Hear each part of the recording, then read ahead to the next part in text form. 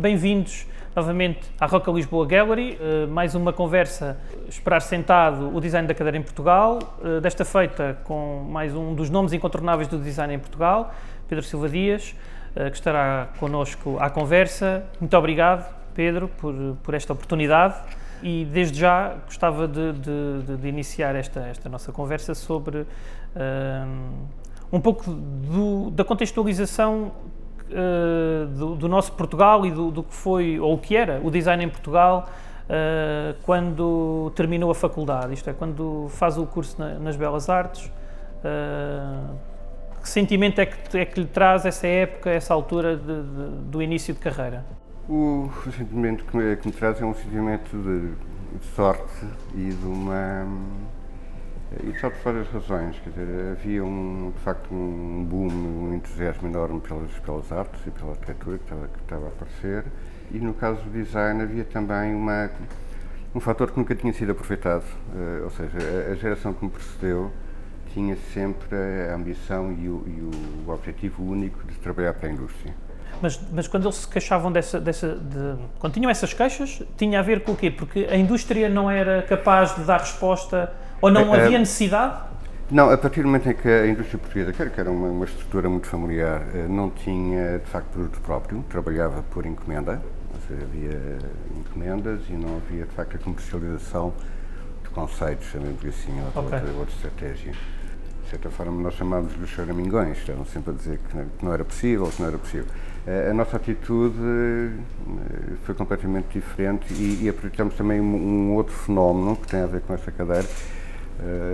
A nossa atitude era, se não há designers, ótimo, está o mercado todo para nós, e se a indústria não nos quer contratar, não faz mal nenhum, contratamos nós a indústria. E o que era possível em Portugal, o que não seria possível em Itália, por exemplo, em que a indústria tinha o produto próprio e que não estava aberta a outras iniciativas. Portanto, foi um bocadinho essa atitude que, de certa forma, funcionou. Já que falei de Itália, houve também outro fenómeno. Quer dizer, eu e, eventualmente, o Filipe Alarcón queríamos, de facto, trabalhar para a indústria, mas não havia, de facto, esse mercado. E, por outro lado, o que se passava no panorama internacional é que havia uma revolta contra a indústria. Eu estou a falar dos Sotsas, dos Memphis,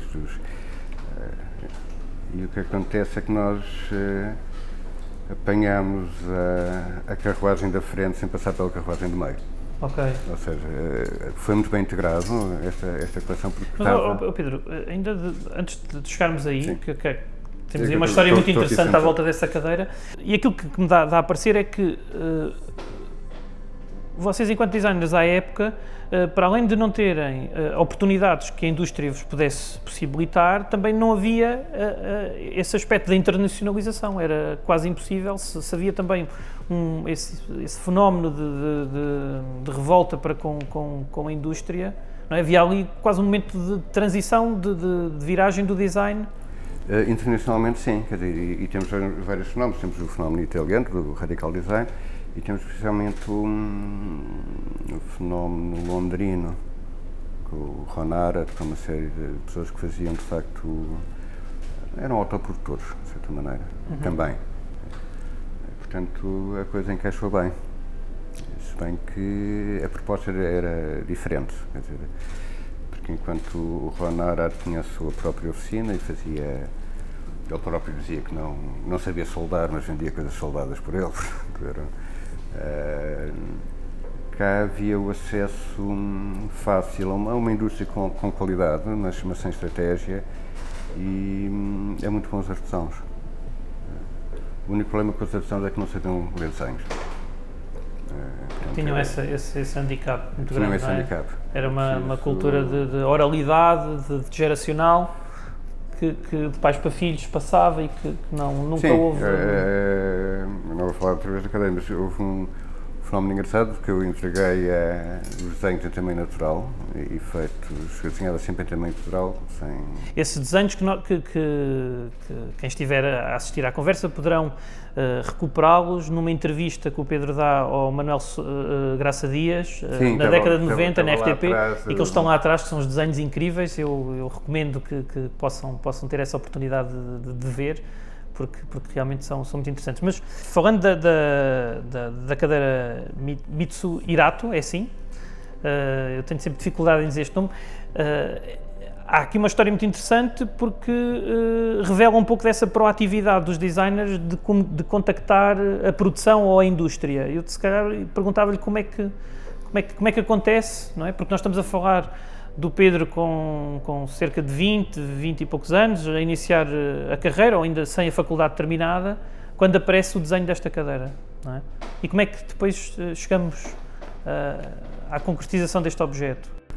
Neste caso foi um bocadinho diferente, porque o Manuel Reis tinha um antiquário, tinha uma loja de antiguidades e tinha uma equipa de restauro formada, suponho eu, na Ricardo Espírito Santo. E houve, de facto, depois essa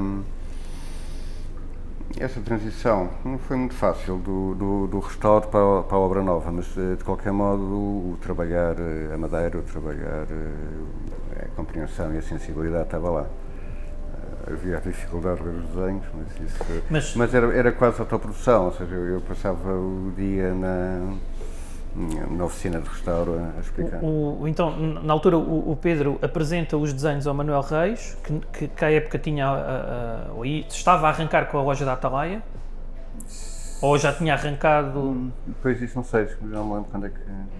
Porque na verdade, esta cadeira aparece num conjunto de várias peças de mobiliário de outros designers, Fernando Salvador, o Souto Moura, o Filipe Alarcão também. Aliás, só eu e o Filipe Alarcão é que éramos designers de formação. Todos os outros eram arquitetos. Sim. O Fernando Salvador, Grácio Nunes, o Souto Moura também, e havia... Estou a mencionar arquitetos, não é? Sim. Não, mas eu lembro só é que... Sim. E com, de certa forma, com um espírito um bocadinho diferente. Eu sempre quis eventualmente inserir, fazer grandes séries. Ou seja, assim, nós estamos a falar de uma série de quantas peças desta... 150 unidades. Sim.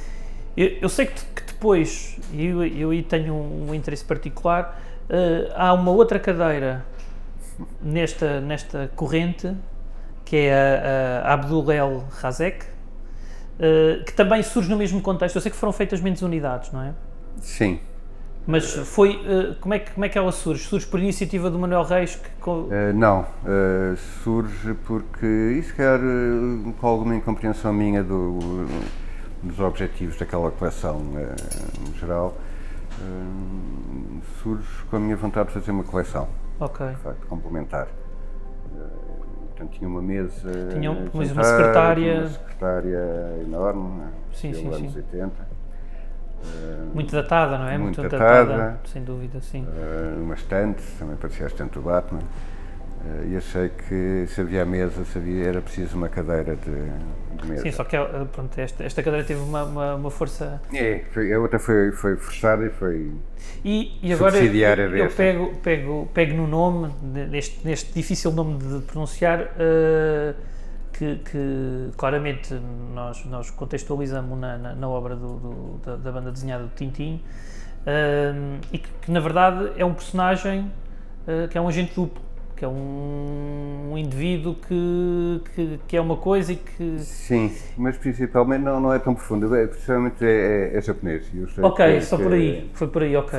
Eu estava a ir mais longe, em que quando estamos a falar de uma cadeira que tem uma simetria muito definida, em que é marcada, e que podia ser esse jogo duplo também do personagem. Ok, já percebi que não foi tão... Eu dava os nomes do Tintin porque, como eu explicava, o que pretendia com o meu desenho era uma linha muito clara. E a escola franco-belga Linclair. Ok. Portanto, Então foi para tentar essa relação. Ir buscar essa lógica de representação na concepção do objeto de E design. depois, no fim, eu olhava para o objeto e tentava fazer uma relação com um personagem qualquer. Portanto, o Abdul é al-Razek, porque aquilo parece umas asas egípcias. Ok. Não sei porque parece japonês. Mas aí O Rastapopoulos, que é aquela secretária enorme, é o milionário. Pois, Rastapopoulos, exatamente, a secretária, que também funcionava, ou melhor, quem olhasse para ela via também quase ali um pássaro de asas abertas, não é? Que dava, Sim. aquilo realmente era imponente, é uma secretária muito... Isso é muito, também a ver com a época, não é? Com o iopismo, nunca faria aquilo agora. Exato. E olhando para esse momento que nós, que alguns olham com saudosismo, porque foi um momento muito forte e importante, apesar de muito localizado temporalmente naquele período da década de 80. Temporalmente não é? e espacialmente. E espacialmente, não é? Mas que produziu tentáculos pelas décadas seguintes, isto é, ainda hoje a loja da Atalaia é quase um... Eu acho que a grande importância dessa iniciativa era essa primeira coleção e depois mais outras mais. Quanto a mim foi provar que era possível fazer coisas. A tal geração anterior, em que se destacava o Daciano, que conseguia, e uma série de... muito ligados também à arquitetura, muito ligados ao fornecimento de arquitetura, e a tal geração intermédia, que já tinha perdido, de certa forma, a esperança do design em Portugal, provou-se que era possível. E era possível de maneira próspera e viável e alegre. Sim, eu vejo aquele momento até como uma está-me aqui a faltar a palavra, mas eu acho que o Manuel Reis encontrou ali uma oportunidade, acho que é isso, uma oportunidade que não havia algo igual, mas que veio demonstrar também essa oportunidade, veio demonstrar que havia um outro mercado, porque lá está, havia essa coisa de que o internacional, o design italiano é que tinha qualidade e que rapidamente, sem grande dificuldade, ele conseguiu escoar a grande maioria do mobiliário que tinha sido desenhado, mesmo em peças de numerário muito curto, não é? De série muito curta. Pois, a questão do mercado era aquela que na altura me desagradava mais, porque eu vou fazer uma comparação com o que se passa hoje em dia e com a autoprodução que é possível. Ou seja, neste momento é de facto, de uma maneira semelhante, possível ir da concepção até à distribuição autonomamente. Isso por questões da evolução digital.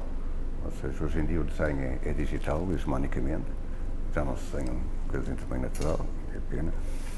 E a produção também é digital. Ou seja, a manufatura digital é possível por encomenda.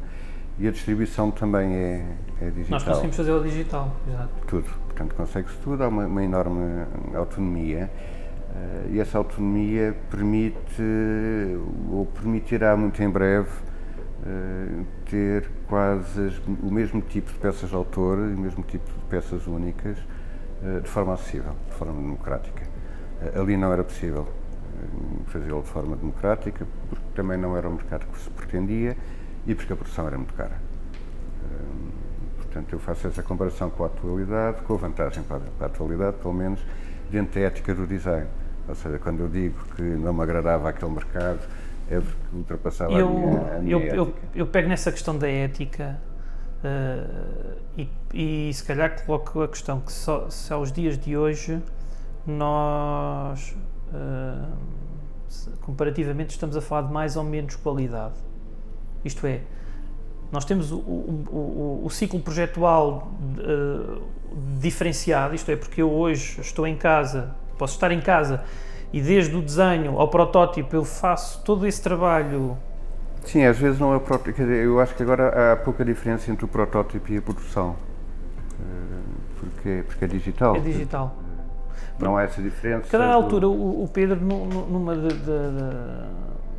não me recordo, uma entrevista, da altura diz que o design que produz é também um design que procura na indústria, naquilo que muitas vezes eu tenho aqui um desenho, um objetivo de chegar e concretizá-lo, no entanto, depois é no diálogo com o industrial que depois eu até vou encontrar mais-valias em determinadas coisas que que estão ali à beira dele, mas que ele nem dá conta, e que eu torno isso numa mais-valia na produção do meu objeto. Isto, eu sei que dei aqui uma volta grande, mas era mais ou menos isto que eu lia, que o Pedro a determinada altura refere. Sim, até certa altura houve essa... Pedro, isto só para dizer que aos dias de hoje, a partir do momento, quer dizer, eu posso tirar proveito dessa concepção do digital e o modo como o digital pode ser também uma mais-valia. Uma das coisas que me agrada é de facto não haver sequer a hipótese do conflito com o produtor, que muitas vezes há, especialmente com o produtor que também vai comercializar e distribuir. Estamos a falar com o robô é estúpido, mas é simpático e faz exatamente... Claro, faz aquilo que nós lhe pedimos, queremos, não é? Depois. Aliás, eu acho que há uma enorme aproximação, também voltando à loja a falar, com o artesanato, ou seja, a autoprodução digital, neste momento eu considero, e é aquilo que eu me dedico mais agora, como uma forma de artesanato. E quando eu estou a fazer o objeto, sou eu que o faço, mas faço no computador. E do computador passa para uma tecnologia ou mais robotizada, ou mais simples, que lê o desenho, que executa. E, portanto, o artesanato surge quando se modela digitalmente. E é o artesanato que é possível, de facto, quer dizer, a grande vantagem hoje em dia do mercado, que é um mercado de cauda longa, como diz o Chris Anderson, que é cauda longa porque há cada vez menos produtos de produção massificada e, portanto, cada vez menos, até podemos chamar designers no Star System, e é uma cauda longa em que há muito mais produtos com menos produção. E também aquilo que nós falávamos um pouco antes de estarmos aqui sentados, este epifenómeno da pandemia, que permitiu a que uma data de jovens criadores, neste tempo que nem tinham oportunidade de trabalho ou que nem puderam ter a oportunidade de entrar no mercado de trabalho, conseguiram descobrir estas autoproduções de pequenas mobiliário, em particular algumas cadeiras. E em relação ao mercado tradicional, ou à produção tradicional, há uma outra vantagem, quer dizer, não há investimento inicial, portanto a peça é feita on demand e não há risco. Se há mercado, há, se não há, não há, portanto pode-se fazer aquilo que se quiser, às vezes acerta-se, às vezes o mercado não quer. E portanto não é preciso haver best-sellers, ou seja, numa indústria tradicional, numa indústria da era industrial, porque eu acho que nós estamos numa sociedade já pós-industrial, todos os objetos tinham que ser um best-seller, ou seja, tinha que vender, amortizar as ferramentas dedicadas, os moldes, e depois o mercado inundava e aquilo acabou. E neste momento eu acho que a curva pode ser ao contrário. Eu tenho objetos que se vendem há 20 anos, podem ser um long seller, porque eles são feitos por encomenda, on demand, portanto, e digitalmente, não é mandar o ficheiro e depois é um bocadinho engraçado perceber a pertinência de alguns objetos e a não pertinência de outros, porque sendo um long seller é também uma estratégia bottom-up, ou seja, aparece e depois podemos ver na transmissão boca a boca se ele vai crescendo, ou se tem picos, ou se tem picos por algum fenómeno, ou porque apareceu em algum sítio. Eu conto mais, de facto, com o contacto direto, ou seja, há uma distribuição digital, há uma promoção digital que também é uma enorme vantagem, ou seja, a promoção, a publicidade é de borla hoje em dia, depende da estratégia. E parece-me que a transmissão pessoa a pessoa é que vai criando essa rede. Essa rede é viral. Pedro, eu dava um passo atrás naquilo que nós estamos agora aqui a conversar, dando aqui um salto para a Tonk, onde eu estou sentado. Sim. Isto é uma cadeira desenhada. Isto é uma cadeira que foi uma encomenda para um restaurante que chamava, suponho eu, a Tasca da Lapa. Peguei no nome e resolvi fazer uma cadeira de tasca. Uma cadeira. O restaurante não era tasca nenhuma, era um restaurante. E a história mais engraçada, ou seja, eu fiz um programa, de certa forma, mais sensível ou mais irónico. A história engraçada é que eu fui lá jantar, anonimamente, e o empregado de mesa teve o tempo todo a pedir desculpa pela cadeira. Porque eu quis, era a piada, quis que ela não tivesse acabamento, eu dizia que vai ser acabada a sebo humano. E ele, pronto, cada vez que lá ia, dizia que a cadeira estava cheia de nodas.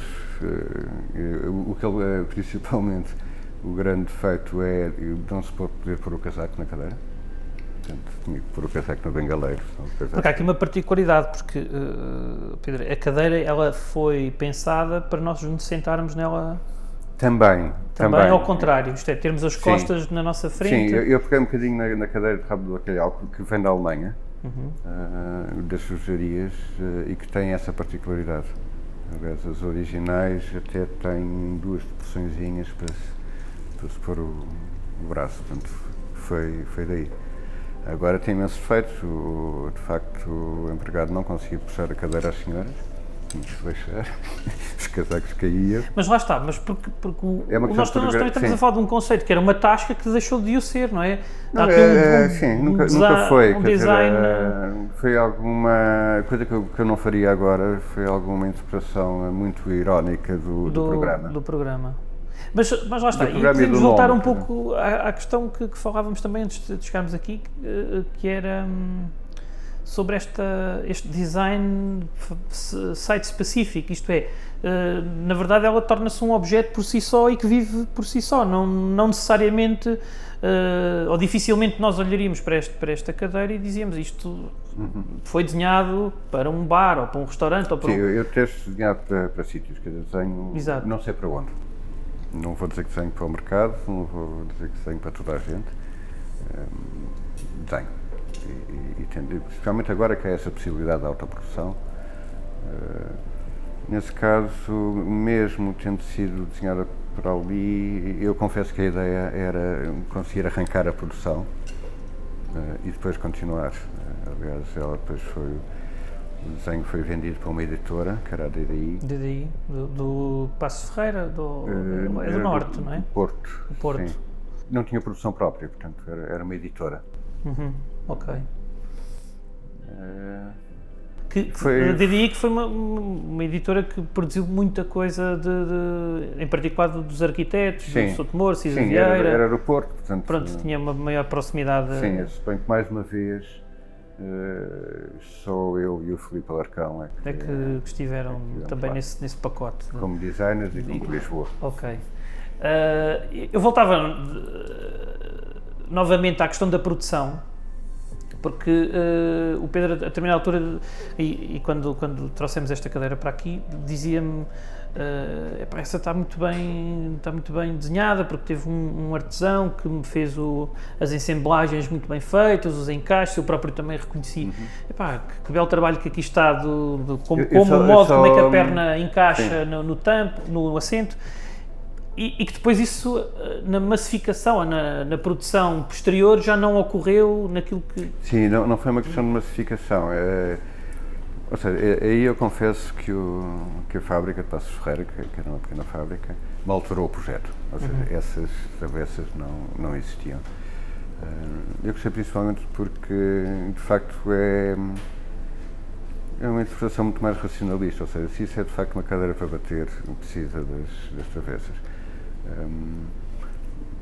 Quando o projeto foi produzido pela DDI, não tinha as travessas e era como eu desenhei, com as peças, com as pernas elípticas, com um desenho mais fino. Ou seja, essa não respeitou muito o desenho, mas eu gosto muito mais dessa. A outra nem sequer gostei nenhum. Pois, como é que é? O erro também é uma premissa no processo, não é? Muitas vezes. Como é que... Sim, não, houve de facto um certo trabalho de equipa que eu permiti, não é costume, em relação ao produtor, que valorizou porque o conceito que gerava o programa, não é, que é fazer a tal cadeira bruta, aliás acho que ela se chama Tonk, que é mesmo para ser, encaixou muito bem numa interpretação também mais bruta, mais realista, no fim de contas. Mas, Pedro, é aí que e voltando àquela questão da autoprodução, esta questão do diálogo com quem domina a matéria-prima, não é? Muitas vezes coloca inputs muito fortes e até produz eventualmente maior consistência ao objeto que foi por vocês pensado.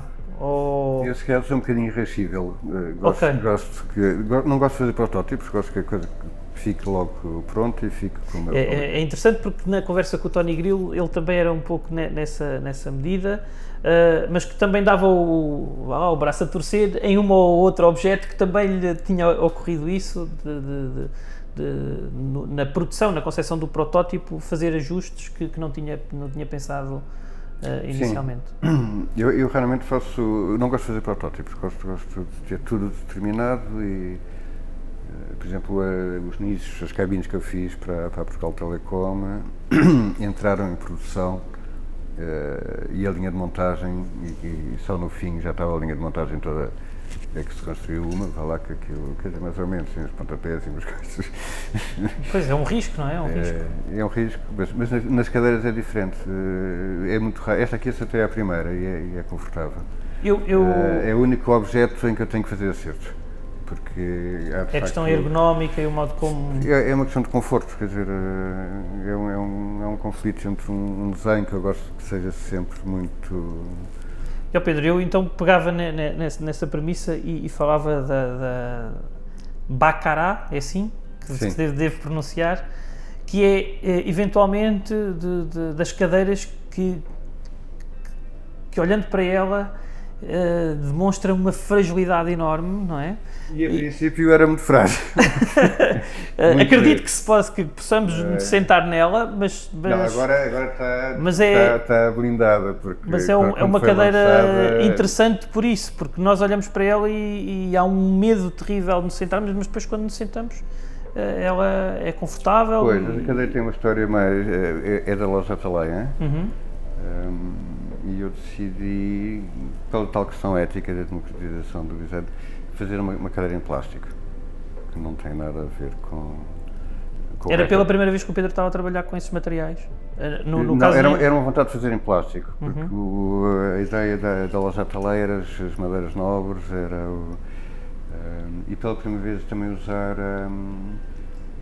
a manufatura digital, uma coisa que era absolutamente inédita, que era o laser. Ou seja, aquela placa cortada. Aquela placa que se desmonta e que fica plana, não é? E ela é toda recortada e depois ela é acoplada, não é? Essa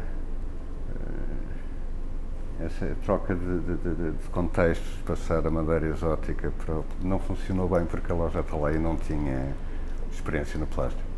E as primeiras séries partiam-se todas. Pois. E depois então... Foi uma coisa, aí sim, trabalhei muito até conseguir, aquilo já teve 250 kg em cima, portanto, a partir daí foi... Foi o limite de resistência. Sim, foi um projeto que eu fui sempre melhorando. Como começou mal, é uma coisa que já é um desafio, já ter 500 kg em cima. E inicialmente ela foi feita com que uma série de quantas unidades? A princípio foram muito poucas. A loja Atalaia depois mas esta Baccarat, ela não entra naquele primeiro pacote? Não. Nesse primeiro catálogo? Eventualmente foi a última coisa que eu fiz para a loja Atalaia. E foi mesmo esse statement, quer dizer, agora vou fazer de plástico, pronto, depois eu não... Mas e depois, agora recentemente há uma nova introdução do novo material, daquilo que me recordo, que é a cortiça, com a cork. Sim. E essa cadeira é uma cadeira... A questão da cortiça foi, não digo uma encomenda, mas foi um pedido. Era uma premissa? Sim. Não é material que me agrada. E principalmente agora, em que a cortiça perdeu um bocadinho o sentido. Quer dizer, se havia aquela ligação ao material português, neste momento em que há guarda-chuvas de cortiça e sapatos e tudo, faz lembrar um anúncio das páginas amarelas em que era tudo feito em páginas amarelas.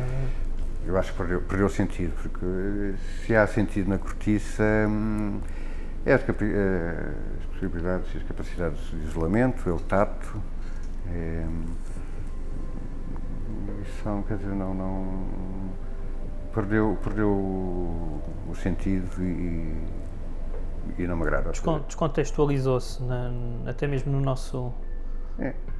na nossa realidade. Sim, especialmente porque não é cortiça que se usa, é corticite, pois é uma transformação.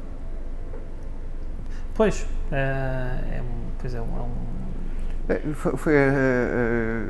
essas cadeiras, quer dizer, foi uma iniciativa muito válida na altura, de recuperação, que acabou por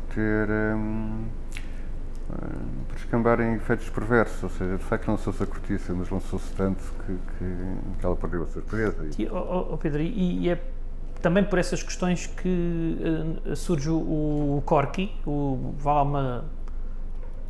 uma evolução, vou-lhe chamar assim, dessa cork, em que é introduzido... Não é cork, é sempre corky. É sempre corky? É, porque a certa altura já não sabia que nomes é que havia de dar às peças. E então são nomes ingleses que me irritam imenso, que dominem em Portugal. Sim, o cork com o K e não o cork C. Portanto, é o cork e é o desk. Sim, o desk, sim. Mas essa cadeira que é toda em cortiça, ela depois evolui para as laterais em contraplacado marítimo, sim, com uma estrutura e com o assento e costas é uma napa? Aquilo é cabedal. E que depois, mais tarde, há a introdução do burel. Aquela cadeira, principalmente, acabou por ser um traçado mais ou menos complexo ou intrincado das ilhargas. Uhum. E de certa forma só isso é que me interessava. Portanto, depois o material era sem dúvida o desenho. freguês. Mas lá está, é engraçado porque é na primeira, em cortiça, em que esse desenho da ilharga quer dizer, ganha espessura, não é? A ilharga ganha espessura e a ilharga torna-se a cadeira. Pois, a primeira não tinha ilharga, ou seja, pois é isso. Eventualmente aquela cadeira foi desenhada em alçado lateral. Exatamente, e depois há uma extrusão.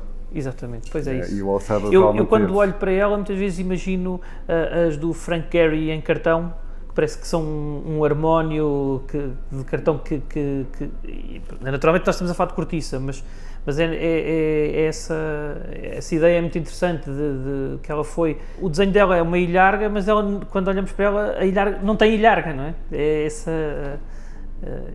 essa dualidade que é engraçada de ver. E neste contexto em que, passando por estas 4 cadeiras, em que de algum modo até acompanhamos o percurso do design do Pedro, não é? Mais ou menos. Neste momento, quais é que são as motivações, se há algum desejo a nível da concepção de mobiliário, em particular de cadeiras, se há algum caminho que esteja neste momento a trilhar ou algum interesse mais em concreto? Neste momento é de facto o caminho de perceber o que é ser pós-industrial e tenho feito um trabalho um bocadinho mais teórico e tenho que ultrapassar isso e efetivar. Mas é um bocadinho voltar ao princípio, é um bocadinho a possibilidade de democratizar o conceito, ou seja, o que neste momento se vende não é tanto o objeto, é o conceito em que não há risco e, portanto, é um bocadinho aquilo que eu disse há bocadinho, é possível democratizar o design de autor, é possível democratizar a peça única, em que isso não seja uma mais-valia, seja uma mais-valia só para o designer poder ter uma sucessão rápida de projetos. Voltando à loja Atalaia, havia de facto uma exploração da mais-valia da peça numerada e assinada. E já teve aqui uma assinatura, não sei onde. Isso pouco me interessa agora. E também a questão do. Se calhar o que se vende é o conceito e a ideia do Star System, eu acho que acabou completamente. Já não será o nome do designer. Ou é bom ou não é bom, ou tem uma boa proposta ou não tem. E o experimentalismo é possível, e a peça única é possível. E já não diria a peça assinada, mas a peça de autor. Ou seja, em que não há programa, em que não há mercado, em que se pode fazer aquilo que se quiser, com vantagem de poder democratizar. Poder mostrar e ter um mercado global, no fim de contas. Eu posso desenhar para um nicho, posso até desenhar para mim e pensar que é capaz de haver uns milhares de pessoas iguais a mim e que eventualmente gostam da minha proposta. Eu não sei se estão no Burundi, se estão na Austrália, se estão... Eu gostaria de levar isto um bocadinho mais longe e foi o meu doutoramento versou isso, em que haja autoprodução própria, ou seja, o ideal era que eu enviasse um ficheiro para a Austrália e que fosse lá feito. Portanto, é a tal desmaterialização e rematerialização. Já tentei isso, mas não funcionou. É possível que funcione agora, porque já tentei há bastante tempo. Até porque, quer dizer, tivemos agora um momento de repensar muitas das estratégias da industrialização que estava patente, não é? Até mesmo algumas das indústrias tiveram que pensar as suas estratégias e acho que isso poderá ser um dos caminhos. Sim, aqui o que eu acho importante é que a encomenda voltou a ser possível, mas com uma vantagem, é que há uma uniformização.